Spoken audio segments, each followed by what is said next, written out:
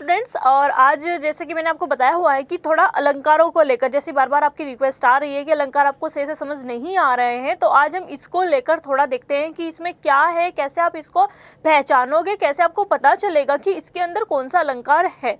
Right, जैसे कि आपको कुछ अलंकार हैं जिनके नाम आपने प्रॉपर सुने हुए हैं, जैसे अनुप्रास अलंकार है, उत्प्रेक्षा अलंकार है, यमक अलंकार है, उपमा अलंकार है, रूपक अलंकार है और बाकी भी है। अब मैं इनमें सिर्फ आपको इतना बताऊंगी कि कौन, जैसे आपका रूपक अलंकार है या उपमा अलंकार है।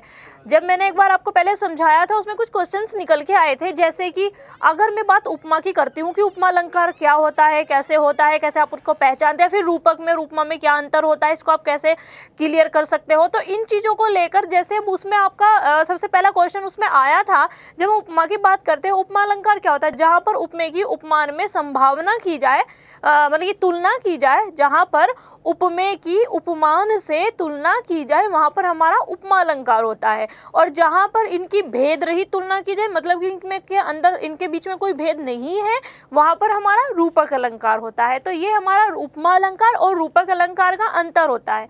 अब क्वेश्चन यहाँ यह आता है कि उपमान क्या होता है और उपमेय क्या होता है।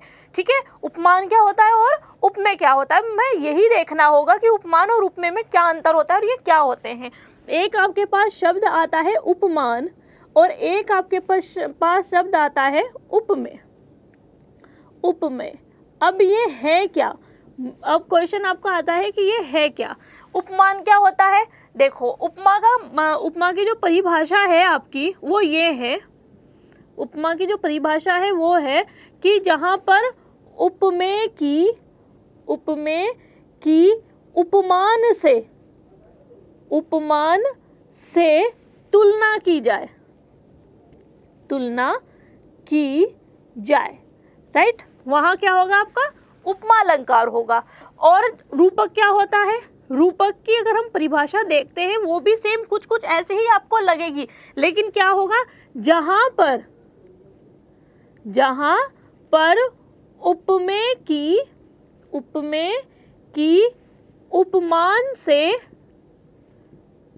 भेद रहित मतलब जहाँ इन दोनों के बीच में कोई भेद ना रहे, यहाँ पर भेद रहित नहीं है, इसमें तो हमको तुलना करनी है, लेकिन यहाँ भेद रहित हमारा आज शब्द आ जाता है, यानी कि जहाँ पर भेद खत्म हो जाता है वहाँ रूपक होता है, लेकिन जहाँ उन दोनों के बीच का भेद बना रहता है वहाँ हमारा उपमा अलंकार होता है। और अब ये उपमान और उपमेय है क्या, और इसमें आपके चार चीज़ें आपको इसमें देखने को मिलती हैं। उपमा में हम देखते हैं कि इसमें चार चीज़ें में देखने की मिलती है। एक क्या है, एक हमारा उपमान होता है, एक हमारा उपमेय होता है, एक आपका गुण धर्म होता है, यानी कि कौन सा वो गुण है जिसके आधार पर वो है, और चौथा उनमें जो समानता वाला शब्द आपका होता है, समानता वाला जो शब्द होता है, ये चार चीज़ आपको उसके अंदर देखने को मिलती है। ठीक है, अब हम देखते हैं कि उपमान क्या है। उपमान वो है जिससे तुलना की जाए, और उपमेय क्या है, जिसकी तुलना की जाए। अब यहाँ आपको दो चीज़ मिली है, देखो तुलना हो रही है, एक वो है जिससे तुलना होगी और एक वो है जिसकी तुलना होगी। तो उपमान क्या है, जिससे तुलना होगी, उपमेय क्या है, जिसकी तुलना होगी। जो उपमा होता है, एक तरह से देखना, जो आपका जो उपमान होता है वो अनुपस्थित होता है, मतलब कि वहाँ पर उपस्थित नहीं रहता है, उपमेय वहाँ पर उपस्थित रहता है। एक इनके बीच का अंतर ये भी समझ के चलना। फिर जैसे अगर आप कहो कि उसका मुख चंद्रमा सा सुंदर है, यहाँ आपको क्या चीज़ मिली, उसका मुख चंद्रमा सा सुंदर है, सा यहाँ बीच में शब्द आ गए, यानी कि ये क्या दिखा रहा है, उसकी से समानता की जा रही है, यानी कि यहाँ पर क्या है, तुलना की जा रही है, समानता वाला शब्द आपका इसमें क्या है, सा है।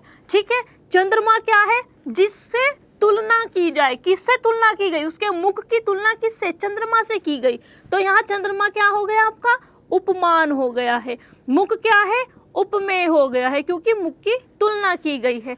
एक चीज और क्या मिलती है आपको उसमें, गुण धर्म, और सुंदरता क्या हो गई, वो गुण हो गया है जिसकी तुलना की गई है, जिसके आधार पर तुलना की जा रही है। तो हम यहाँ देखते हैं कि उसका मुख चंद्रमा सा सुंदर है, यानी कि मुख क्या है, उपमेय है, चंद्रमा उपमान है, ये समानता वाला शब्द है, ये आपका गुण धर्म है। तो इसमें आपके चारों के चारों चीजें आपको मिल गई हैं।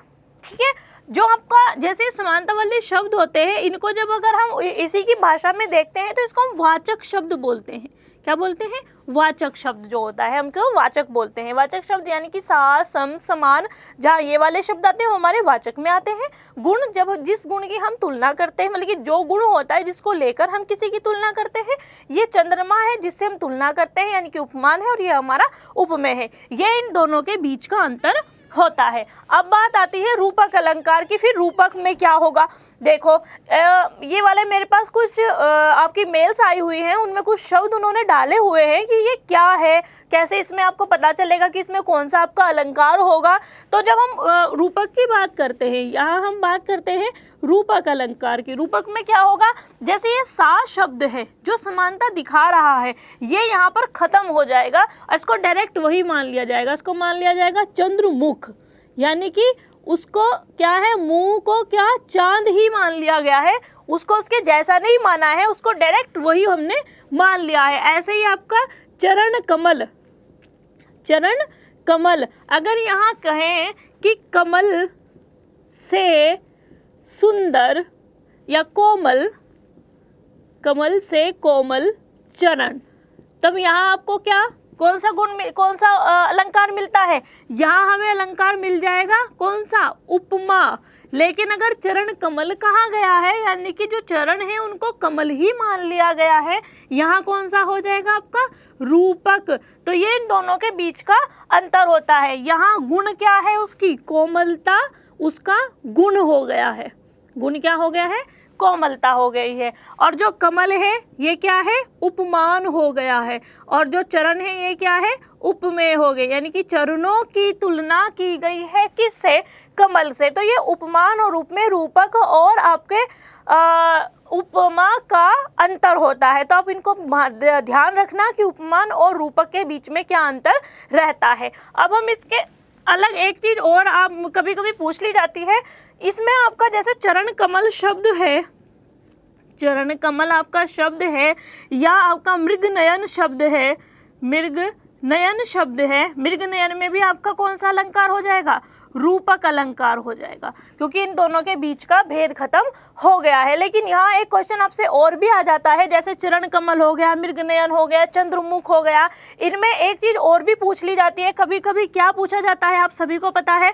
बोलो जल्दी से। इसमें पूछा जाता है आपका समास, कि इसमें समास कौन सा है। और आपको पता है कि एक समास है जिसमें क्या है, आपका उपमान और उपमेय का संबंध होगा, यानी कि विशेषण और विशेष्य का उसके अंदर संबंध होता है। वहाँ पर आपका कौन सा समास होता है, वहाँ आपका कर्मधारय समास होता है। ये भी आपको याद रखना होगा। अब आप इसको नहीं भूलोगे, इस वाले समास को, कर्मधारय समास में मृग नयन है, चरण कमल है, यानी कि उसके जैसे, ठीक है, कमल चरण है जो कमल, मृग नयन है जो मृग जैसे, यानी कि मृग मतलब हिरण जैसे, ठीक है। तो यहाँ आपका कर्मधारय समास होता है। ये इन दोनों के बीच का अंतर आपका रहता है। तो अब आप शायद नहीं भूलोगे कि उपमान और उपमेय के बीच में क्या अंतर होता है, क्या उपमान होता है, क्या उपमेय होता है, या फिर रूपक और आपका जो उपमा है, इन दोनों के बीच का क्या भेद रहता है, ठीक है। तो अब अगर आपको और भी इसके बाद जानकारी चाहिए होंगी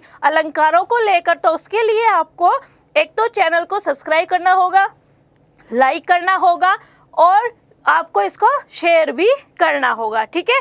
और मैं आपको एक बात और बता देती हूँ, अभी जैसा आपको पता है कि KVS को लेकर आपके एडमिशन शुरू हो चुके हैं, बहुत कम उसमें सीटें बची हुई हैं, तो आप उसमें एडमिशन भी ले सकते हैं, ठीक है। तो आज की क्लास हम यहीं ख़त्म करते हैं, फिर हम कुछ और नए अलंकारों के साथ आएंगे। तब तक के लिए बाय।